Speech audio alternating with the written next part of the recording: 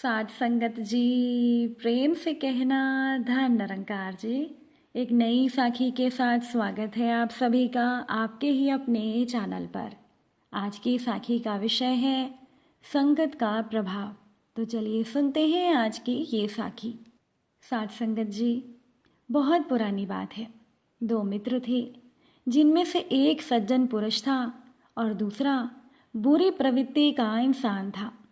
सज्जन संत हो गए, प्रखर वक्ता के रूप में वो पूजे जाने लगे और दूसरा दोस्त इधर उधर चोरी चकारी हाथ सफाई करके अपना जीवन यापन करने लगा।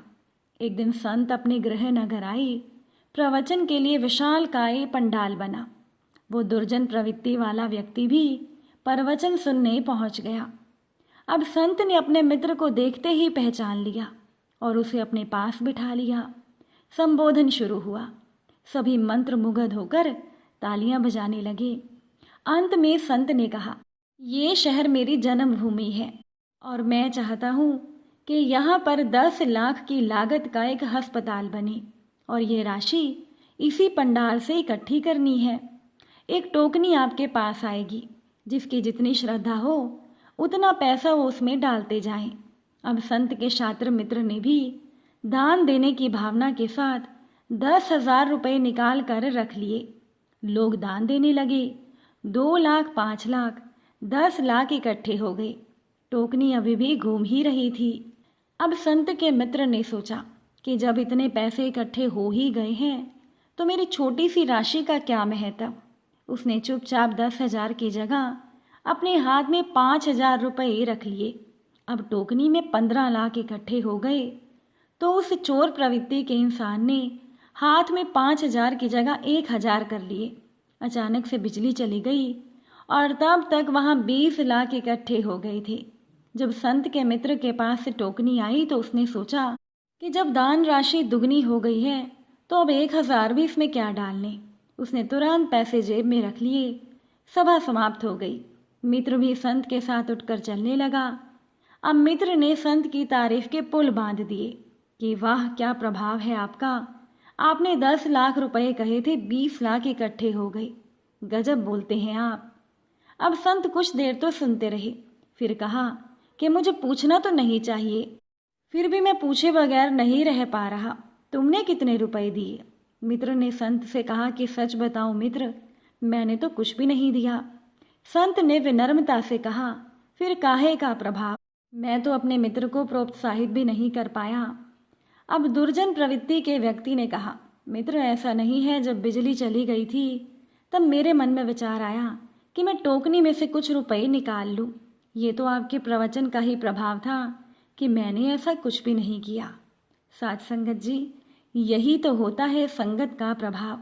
तभी तो कहते हैं, अच्छी संगत बैठ कर संगी बदले रूप, जैसे मिलकर आम से मीठी हो गई धूप। एक अध्यापक अपने शिष्यों के साथ कहीं घूमने जा रहे थे। रास्ते में वो अध्यापक अपने शिष्यों को अच्छी संगत के बारे में समझा रहे थे, लेकिन शिष्य को वो बात समझ में नहीं आ रही थी। तभी अध्यापक ने फूलों से भरा हुआ एक गुलाब का पौधा देखा। उन्होंने एक शिष्य को उस पौधे के नीचे से तत्काल एक मिट्टी का ढेला उठाकर ले आने को कहा।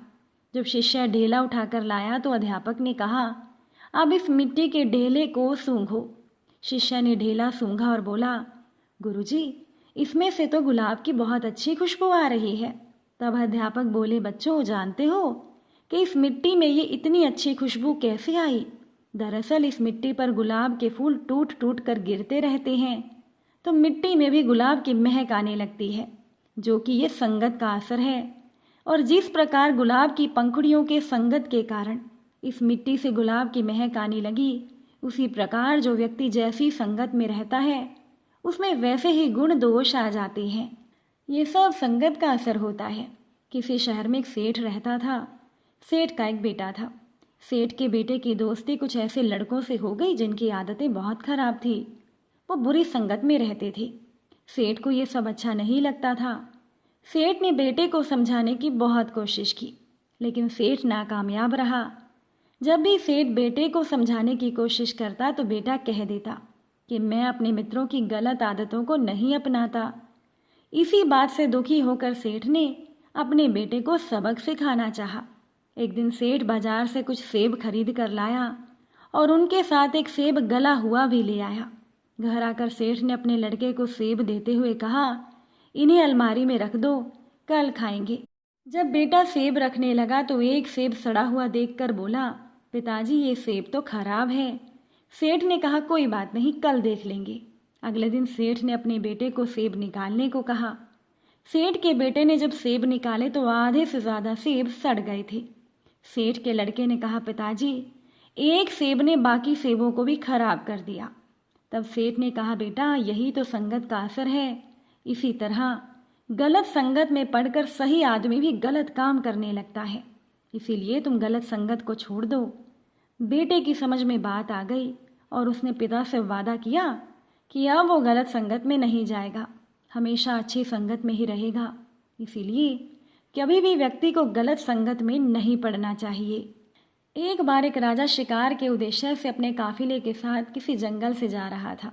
दूर दूर तक राजा को शिकार नजर नहीं आ रहा था।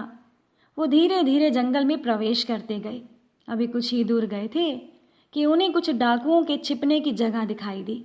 जैसे ही वो उसके पास पहुंचे कि पास के पेड़ पर बैठा हुआ तोता बोल पड़ा, पकड़ो पकड़ो, एक राजा आ रहा है, इसके पास बहुत सारा सामान है, लूटो लूटो, जल्दी आओ जल्दी आओ।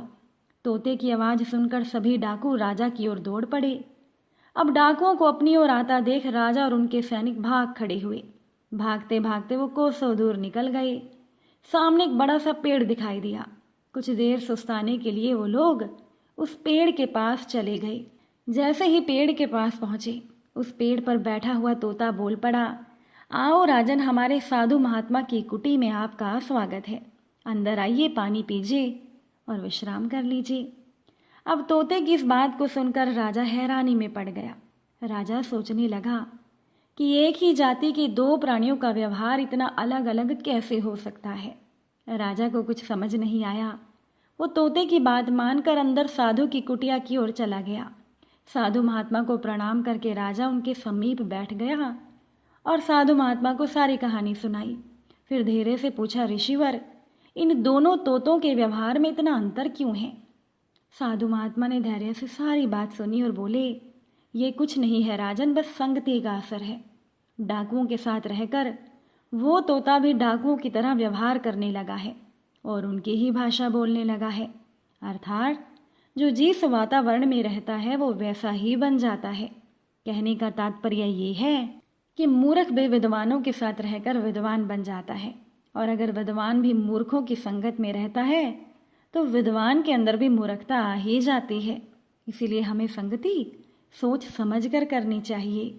साथ संगत जी, अगर आज की ये साखी आपको अच्छी लगी हो, वीडियो को लाइक शेयर ज़रूर कीजिएगा। आप सभी से फिर मुलाकात होगी नई साखी और नए विचारों के साथ।